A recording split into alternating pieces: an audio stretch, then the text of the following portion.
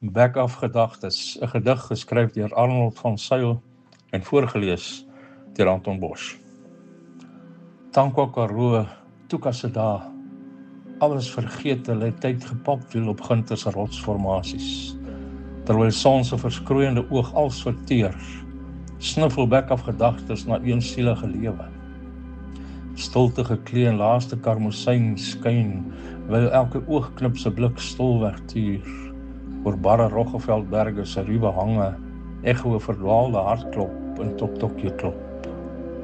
Gekortwiek, bekruip sy prooi vreesloos, te skraal lekker hoofvlam teen kil soelheid, wil geuite koffie te lig bevind is teen verweer, om die Karoo te tem in haar skrapnelhardheid.